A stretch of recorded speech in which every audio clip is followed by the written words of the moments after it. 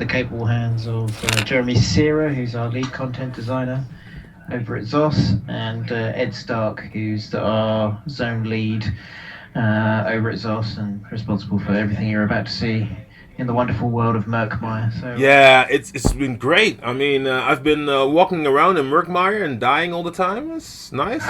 We're in Lilmoth, the festering jewel of Black Marsh, so to speak. Yeah, it's a weird While name. you're jumping and getting invited, how about I give you kind of the broad strokes of the DLC? Oh, accept. Yeah, cool. All right, so this is one of our smaller zones. This is kind of akin in scope and size to Clockwork City. It is an 8 to 10 hour zone story. Additionally, we have 2 objectives, 2 delves, 2 world bosses, a bunch of independent content, and a bunch of daily quests. Right. The main story focuses on a treasure hunt for a fabled Argonian relic, the Remnant of Argon. You'll wander around the zone, meet a bunch of the Argonians, learn a bit more about the culture. There you are, and about the Argonians in general. Additionally, we have a new arena, which is a 4-person leaderboard arena called the Black Rose Prison. Yeah, it sounded like something you had to avoid. Yeah. It is not for the faint of hearted. That's me. Basically, there is an infamous prison that was built early in the Second Era to house dangerous criminals, and the criminals took over at some point, and now it is controlled by a ruthless gang of Naga, a group called the Blackguards. And there are 5 arenas, which get progressively more difficult. There is a normal mode and there is a veteran mode.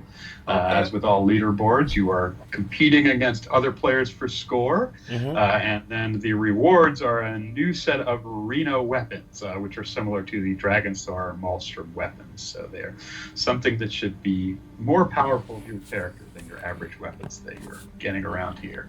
But wait, there's more. The ESO loyalty system. We're going to be adding a new section in our Crown store.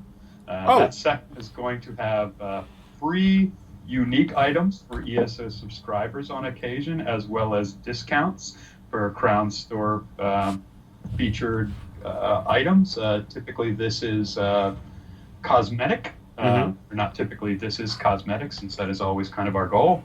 And then additionally, there has been an increase in the monthly stipend.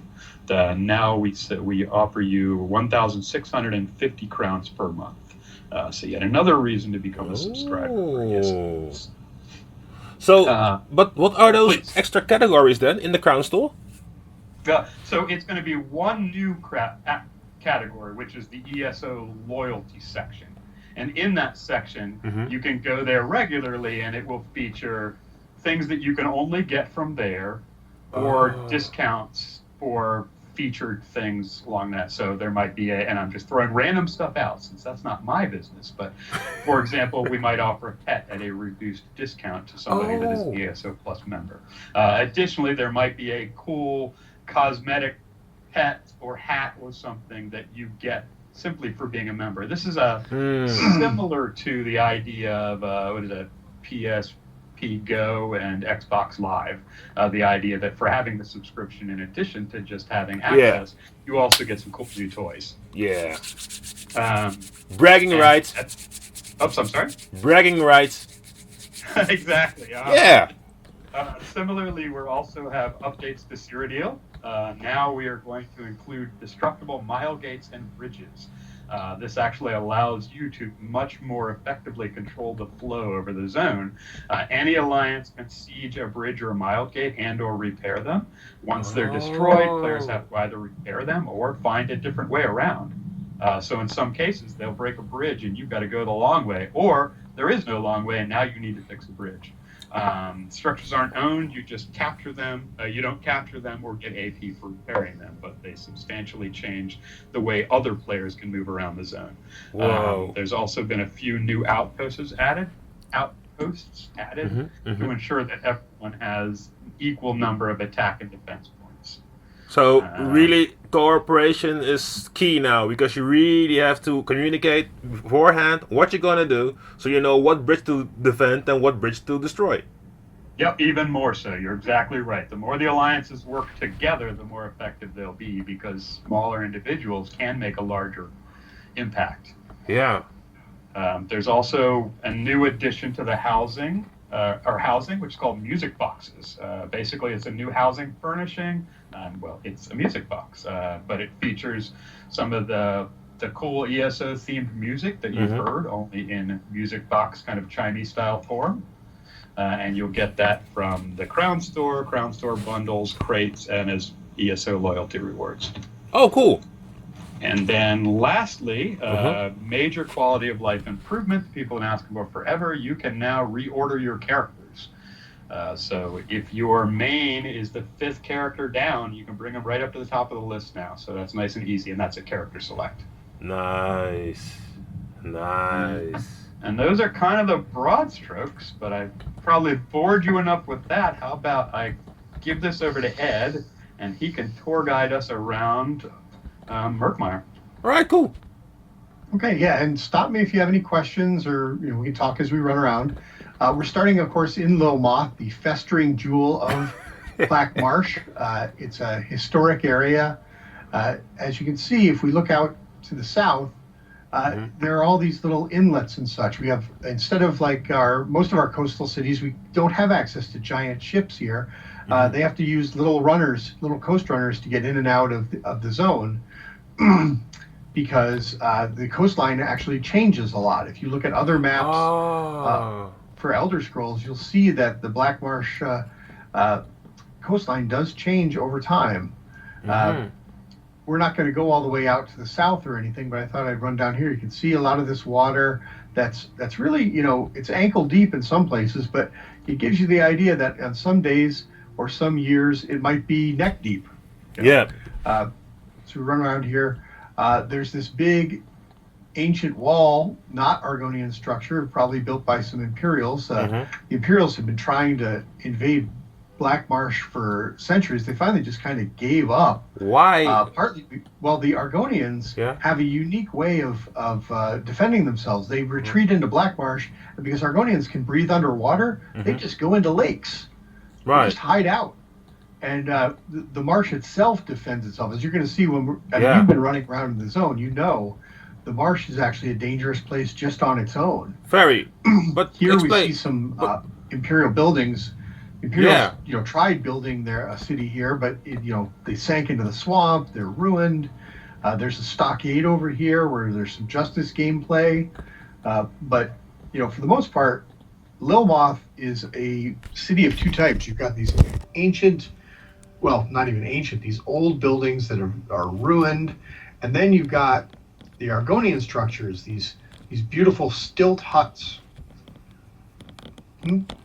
Let me see. Beautiful stilt huts and such that the Argonians have built because they recognize that the water level is going to change, so they can build things that can survive the tides and the rains and the different storms and such. Slow down, we're not actually caught up with you. Okay. Necessary. So whoa! The lusty Argonian footman? Oh. Okay. Thank you very much. Like here we got a little ancient shrine of Sithis, but these newer construction, the Argonians realize that, next year Lil Moth might not be exactly here. It might get washed away. They're ready to pick up and move if they have to. But in the meantime, they've got a nice little marketplace. We've got a bard here playing a vassasaddle, which is like a frog-driven bagpipe. Our audio engineers did a wonderful job. Brad, Derek, Bill Mueller, those guys, they came up with some pretty interesting sounds for the Argonian music. Just picturing them in an office squeezing frogs. Yeah. The frogs like it, though. They're all little princes and princesses, right? I didn't say kissing, I said squeezing. Yeah. A kiss and a squeeze. I know how it works. Yeah. But yeah, most of the important buildings in Lil Moth are built up on these stilt huts. Like here's the bank over here. and there's the crafting stations a little off to the west. So players will have an easy time moving around because they don't have to go up and down ramps all the time. There are a lot of these little bridges. There's still some remnants of old stone structures around, and you're going to find that throughout the zone. The zone itself is very Argonian. This is the place that Argonians live. It's where they came from. We've always seen Argonians as slaves or refugees or warriors. Now we get to see them in their natural habitat. This is where they were meant to be. So a lot of, while Ilmoth is very cosmopolitan, you've got people of other races here too. It is the Argonian homeland, so they're in charge. Any questions so far? Or? Yeah. So the inspiration, is that like from places like Indonesia, where the houses are on stilts and the water level keeps changing? That is some of the idea behind it. Yes, I mean, one of the things that we spent some time thinking about is how would you actually live in an environment like this if you were not just an Argonian, and even if in an Argonian, naturally we can't have everything underground. Right. For no other reason than not all of our players can go underground. Right. But yeah, it's something that we actually, when we're working out these areas, we spend a fair amount of time thinking about what are the biomes, what do things look like, where are the lakes, where are the rivers, things along those lines. So in this particular zone, we actually have picked out 3 different biomes. This is the southernmost, and this is kind of the coastal swamp, but you actually get further into more of the thicker forest. We looked at a lot of different swamps and fens and everything. I mean, we looked at things in South America, in Africa, in southern United States, Louisiana. But we also looked in Europe. There are places in, southern England, these fens that approach the ocean and things like that you don't think of as Argonian swamplands, but we tried to pick up some knowledge from all over the place. And our world builders and our fixture designers, our biome creators, they did such a wonderful job just mixing and matching stuff so that it all looks like it flows together, but it's not just one thing. I mean, you can look at some of these trees and say, oh, that looks like it's from like an Amazonian rainforest, with the roots that extend up out of the water. Right. But, then we have differences. We have a lot of different things going on. And also, it's a swamp. So why would the Imperials want to take the land? Because there's like hardly any gold to be found here or any minerals. So. Well, there are a lot of treasures. There are a number of things. Keep in mind that swamps and wetlands and things like that, even if they don't necessarily have, you just passed one of their treasures right there on the left, a scuttle bloom. So even though they may not have like big gold mines or coal mines or things like that, they do have a massive amount of natural resources. You notice everything in the swamp is moving and alive. There are plants and animals, things like right here, I'm sneaking up on a scuttle bloom. All right. This is a thing that you can loot. There are all these things that alchemists and enchanters and stuff would want. So Murkmire has just an abundance of natural resources that the Imperials would want. Plus, the Imperials are kind of all about conquering stuff. They want to be able to say we own the known world. Yeah. And they just haven't had a lot of success in Black Marsh. Over to the northeast here, we just kind of passed one of the Argonian Zanmirs. It's an ancient pyramid constructed by the Argonians. They don't build like this anymore, and you can see this one is actually sinking into the swamp.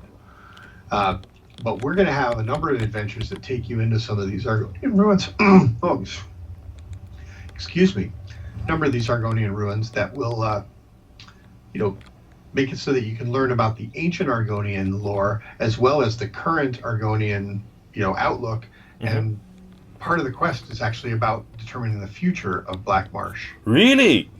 Yes. Yeah. I'm not going to give it away, but yeah, that's a big part of what we're trying to do. So we're really trying to tie the ancient lore, past stuff into the future, and I think we did a nice job. Lehman Tuttle, our lead writer, came up with a terrific story that ties all that stuff together. Are you serious? Are you saying Famia is right?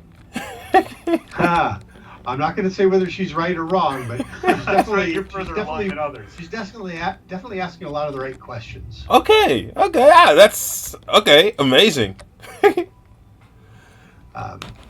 So let me see. Speaking of the past and everything, up here to the northwest, we got a couple of little huts and such coming up. And if you're familiar with some of the other Elder Scrolls games like Arena, Black Marsh has made an appearance now and again. And one of the important towns in Arena was a place called Alton Mere Hall. All right. Well, that's in Murkmire's future. So what we've got here is Alton Mere Hleel, a little trading post. It's just right now it's just a couple of buildings, but when you come upon it, a lot of our lore hounds for ESO or for Elder Scrolls in general are going to recognize it and say, "Hey, wait a minute! This is some place I've visited before or will in the future, depending on how you look at it." So again, you see the illustration of we got these little rivers and tributaries. People get on these boats, take them out to larger ships in the ocean, do trading, come back in, and so we're trying to set up what looks like a logical, interesting environment, in an economy and everything. But the Argonians are also big on having fun, and here they've got this weird little arena, where they play a game that other members of other races just struggle to understand. You can see there are a couple of Argonians dribbling what look like little sort of soccer type balls, but if we had time, we could talk to some of these NPCs and they could try and explain this game to you, and I can assure you will be more confused once you leave than when you started, because the Argonians are just kind of weird. Okay. It's also one of the distinctive characteristics of the Argonians that we tried to convey is they're actually very much in the present tense. They're not super worried about their past. That's one of the reasons why Famia is so interested, because she actually values it in some respects more than they. So this is a good example of they're doing something in the present. This is this thing they enjoy, and they're dealing with their current problems. But when you talk about something sinking into the muck and things like that, that was in the past. They're not particularly worried about that. So that's just something we tried to kind of convey through things like this, as well as kind of the story. Nice one. Also, because soccer is, of course, that was an invention of the South American Indians, and they're also we in definitely took some rainforest. inspiration from that. Although in one of the quests, you actually get to hear an NPC explain or try to explain what's going on here, and you'll notice there are some definite differences. Okay. Audience participation is a big thing. So off to the left here, there's a little campfire. I wouldn't bother those guys. They are Blackguard Stalkers. Oh, what the heck? I'm going to shoot them. What? Sorry, I'm wearing heavy armor. I want to try it out. Actually, that's a good point. Ed is actually wearing our heavy armor in the zone, which is called the Champion of the Hist. Once you have 5 pieces, it actually helps you with ultimate. And I am actually wearing the Bright Throat's what is it called? The Bright Throat's Boast, which helps me with magic regeneration once I get my 5-piece. There's also a medium set, which is the Deadwater Guile, which is also more about ultimate generation. You'll get those through either looting different bosses or different mobs that you kill, or for quest rewards throughout the zone. We meander maybe towards the Fen Necromancer? Yeah, let's do that. Over to the northeast, though, if we can avoid that Wamasu, you can see one of our interesting plants here. Remember I said that the Argonian swamp, Black Marsh, is pretty much deadly on its own. If you crouch down and look at that mantis-like plant there, you'll see that it glows almost exactly, or actually exactly like one of our traps. Yeah. That's because it is one. These plants are actually deadly traps that you can disable, but you can't really kill. This is a lantern mantis. Let me come back and I'll show you what it does if you aren't crouching down. So it stabs at me. But if I'm smart enough to sneak up on it, I can disable it temporarily. Now, as you'll notice, our encounter designers like Sean Wicks, Brandon Van Haren, those guys, they put a lot of those things near where there are other encounters. So even though the Lantern Manus itself isn't particularly tough, if I jump in and try and tackle that Wamasu, I might end up finding myself getting stabbed in the back. Yeah. And so that means you got to pay attention when you're running around Murkmire. So, yeah, I died a couple of times. I found out the hard way. Yeah. Well, then we've done our job right. So where did you want to go next? I was thinking we're pretty close to the Bakzul, or our necromancer. Maybe we could at least poke our heads through the door. That's right. Try and beat him up if we like, though of course he is tuned for 4 players, so that may be a bit much. Mm-hmm. Well, you got heavy armor. Give it a shot. I have steadfast armor. It looks like probably the easiest way is just to go over the bridge over here. Mm-hmm. So, yeah, we've got 2 world bosses in the zone. Right. And both of them, again, are tied into both sort of the past and the present of Murkmire. Bakzul here, or we also call him the Fen Necromancer. The Argonians, have a whole cycle of life thing going on. They believe that when they die, their history draws them back in and they're reincarnated. Right. Well, unfortunately, there are things like undead and necromancers around, and this guy, he's trying to capture Argonian spirits and trap them into an undead state as his servants. Really? You can see him there with his undead, and along the edge you've got these stakes. They're called grave stakes. These are they're kind of like tombstones that Argonians carve themselves with the story of their lives, and what they hope is that when they die, somebody will plant them in the swamp and stick the grave stake through them to keep them from rising as undead, because that's taking them out of the life cycle. Now, whether that's superstition or not, well, that's up to you to find out. But this guy has actually stolen a bunch of grave stakes and the corpses associated with it. So if we're serious, let's give him a try.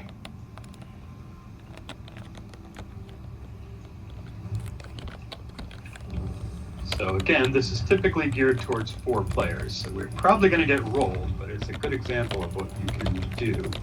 We also have group dailies that help guide you in this direction, but this is one of a number of areas that we try and add to the zone to ensure that even if you are a group player, there's still something to do in this particular zone. I think this guy was set up by Jared Beolu, right?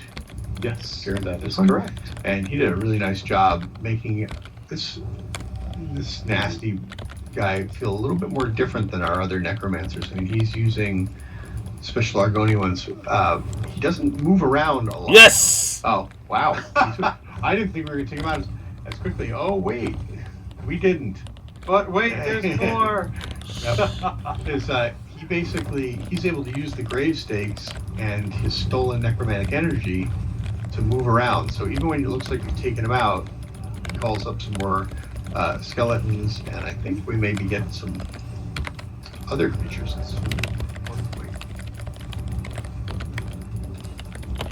Yeah, I think he did a really good job with these fights. They've been a lot of fun. No. Something in Murkmire I think we did a pretty good job of is putting some interesting mechanics together for people to check out. Oh! No. Push Jabberjaw. Oh. Alright. I blame society. Fuck. I died. Oh, I'm not the only one. Let's revive in place and regroup at the entrance. I don't think we're going to be able to beat him, but that was fun. But yeah, that's basically the way this works is you could beat him repeatedly, but then he will continue to respawn, and I appear to have aggro too. So Yeah, let's get out of here. Go away, I think the skeleton. grave stakes are an especially interesting idea. It just kind of shows the psyche of the Argonian. Yeah. The idea that you're so prepared that you know that you're liable to drop at any moment. Kind of neat to think that they're thinking about that. Also a little depressing, but I mean, they live in a swamp. I think they've had a rough life. But they don't care about the past or the present or the future, but they do care about the grave stakes. They do. Well, they do care about those sort of things, but maybe not as much on a personal level. It's Whoa. kind of like they want to make sure that they survive. Oh, we've stumbled on some new undead. These are the bog blights. These were created by our encounter team, and you can see they're a little different than your typical zombie. They tend to be a little faster, and at a certain point, and they shoot out these swamp gassy stuff, and at a certain point, they will explode. Although we managed to avoid that with those guys. They don't all do it. Oh. Right then. Whew! We wander beyond Black Rose and then maybe check out Deadwater. Yeah, well, got more of these guys, but yes.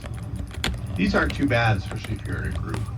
One of the things we try and do is tune the zone so that it's single player friendly, but then we put in things like the world bosses and the arenas so that there's a lot of good group stuff. It's definitely a lot more fun if you're with a team. Yeah, and safer. Yeah. Yes. We would like to encourage you to play, but certainly if you want to play by yourself, that is viable too. All right, should we head north-ish? Yep. We could swing by Black Rose, take a look at what that's like. Yeah, you can actually, one of the things that we had to deal with is that because it's a swamp, even though we do have 3 biomes, a lot of the area is kind of flat. But if you notice, as we're looking at the Black Rose Prison from here, you can see that fog and that mist. That's something our biome team did that really not only brings things in a little closer, but also makes it feel, spooky and murky, even during the daytime. As you go further and further into Black Marsh and into Murkmire, you are going to see that things get darker and more dangerous, just from a feel standpoint. And that's because the base pop gets nastier and the encounters are tougher.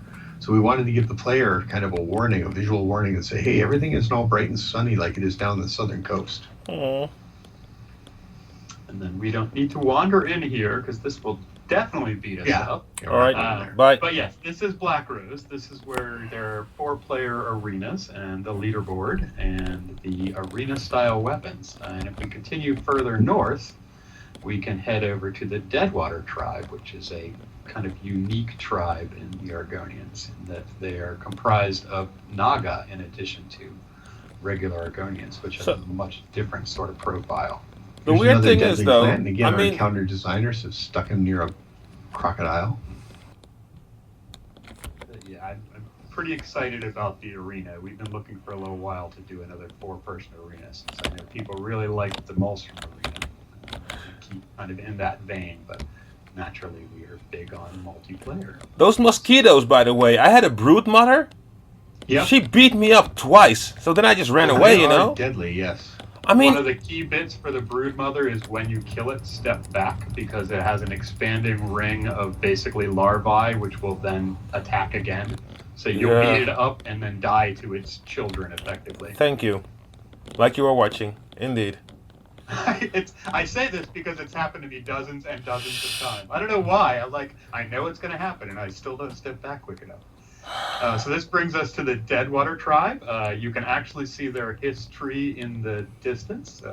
Yeah, if you notice, one of the things we're trying to get across is that the histories really kind of govern the nature of any individual tribe, and we've got 2 major tribes in Murkmire. We've got the Bright Throats who are off to the east, and then we've got the Deadwater who are here up in the northwest.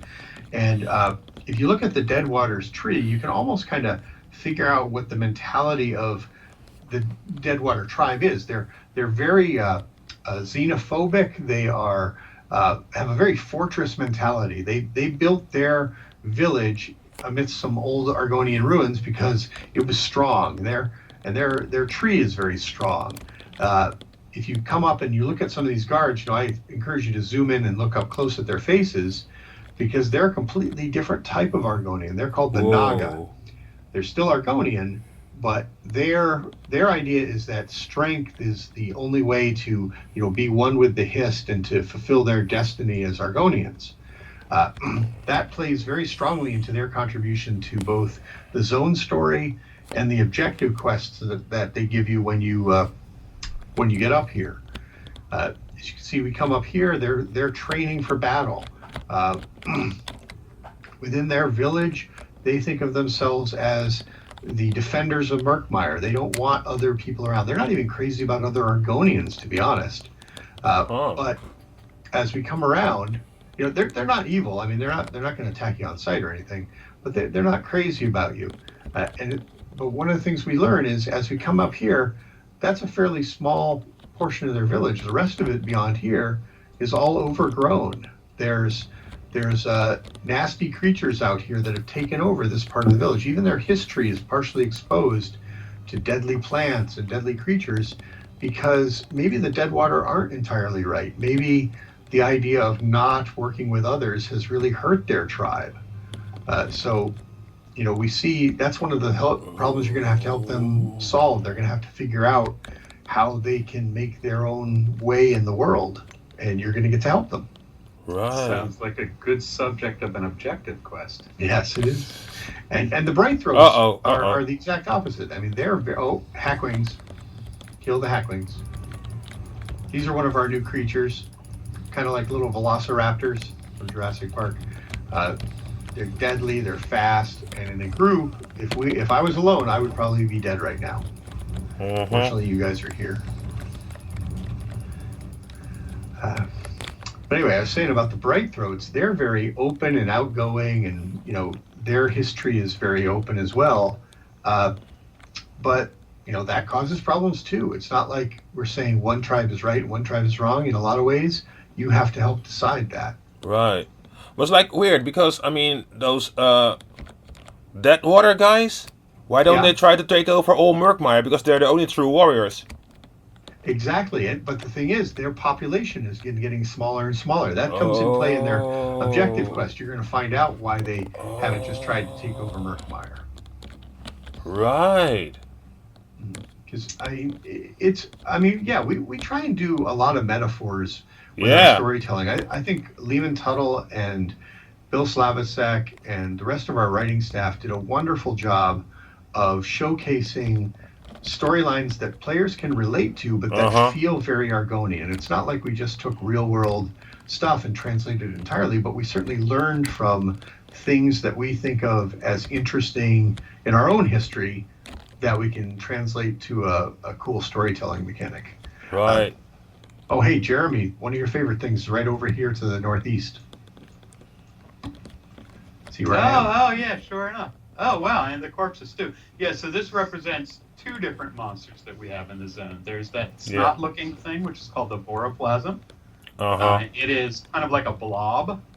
And then you see beyond that, there are skeletons that actually have been resurrected by that blob thing. That's why they have the green blobby bits. Yeah. So the boroplasm is an entity that can actually attack you and then ultimately take over your corpse.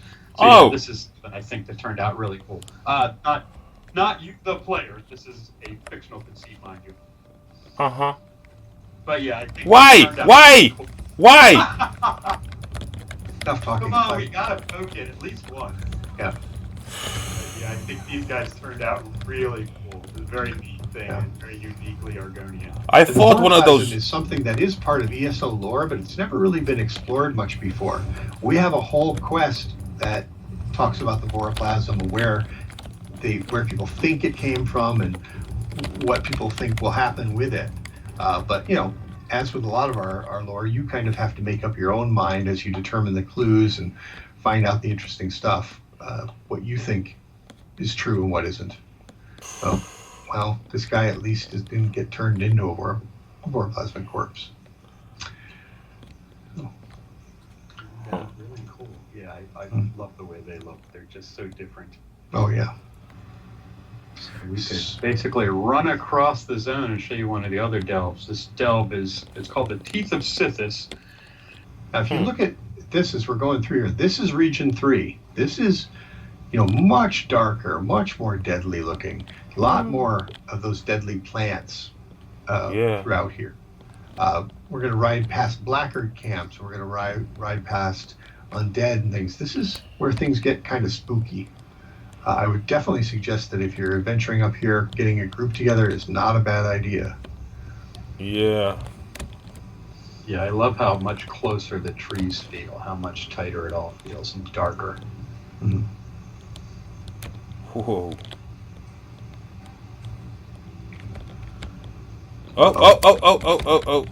I'm on fire. Alright, I'm Coming back. Thanks. Whoa. Got a few undead here.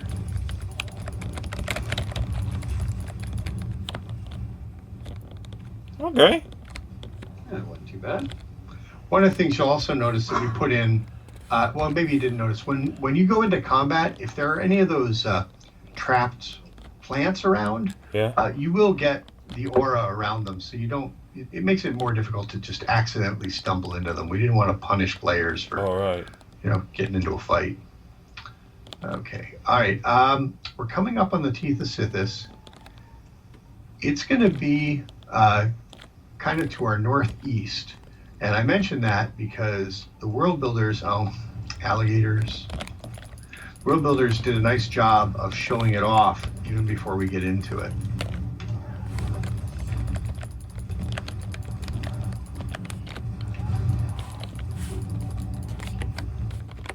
Yeah. Whoa. Yeah, so if you look up from around where we are now, up to the northeast, you can see a Zanmir up on a cliff face.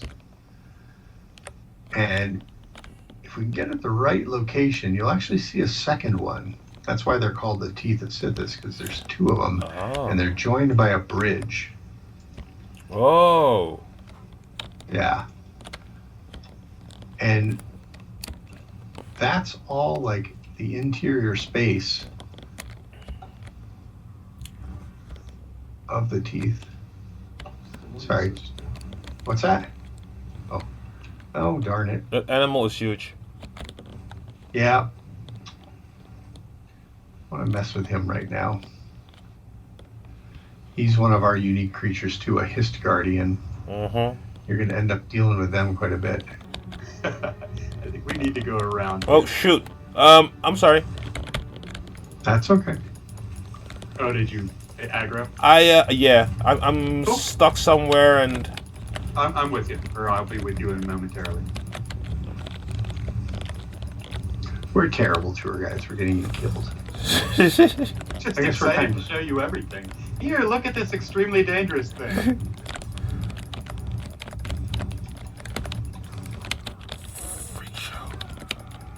But yeah, as you get further into this region, especially, the blackguards take over more.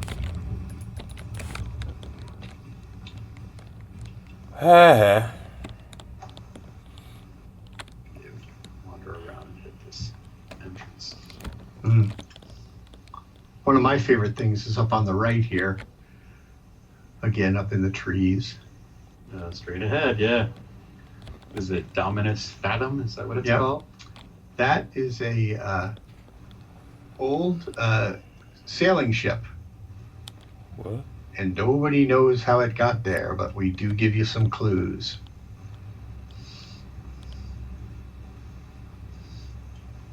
Tsunami. Turned out really cool. Or did I just run over one of the plants? I did, didn't I? Yep. Fortunately, there was no lizard bear or anything behind it. There it is, the Dominus Fatum. And what are we doing for time? Pretty well, really. So do you want to run into this delve, which will show you kind of a hostile version of a Zanmir, or alternatively, we could jump into the house, which will show you the friendlier versions. The house interior is really freaking cool. I opt for the house. All right. Okay. So we basically did it. Hit M for map, and then put your cursor over the house icon that is just to the north, and then left click to preview. Right. And then we are going to zone into a preview mode of this house, which means we'll actually all be looking at different versions. So don't let that confuse you. But yeah, I think that they did a really cool job with this. And if you were to run up to the exterior of this house, what you would see is that this house is up on a mountainside right next to a lake, which becomes relevant when you get into it because it is both situated on top of and below the lake.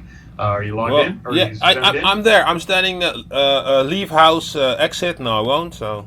All right, so move forward, straight a little bit to the right is a doorway. You see the stairs, and it says Yeah. Lake Meyer Zanmere. Yep. So click in there.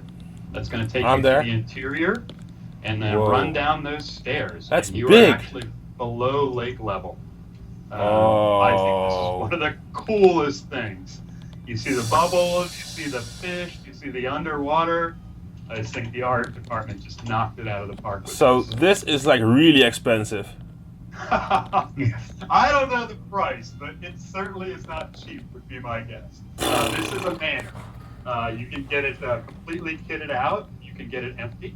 It's definitely a very cool thing. And then when you go to the south side of the wall, you may see there's a little whirlpool in one of the windows.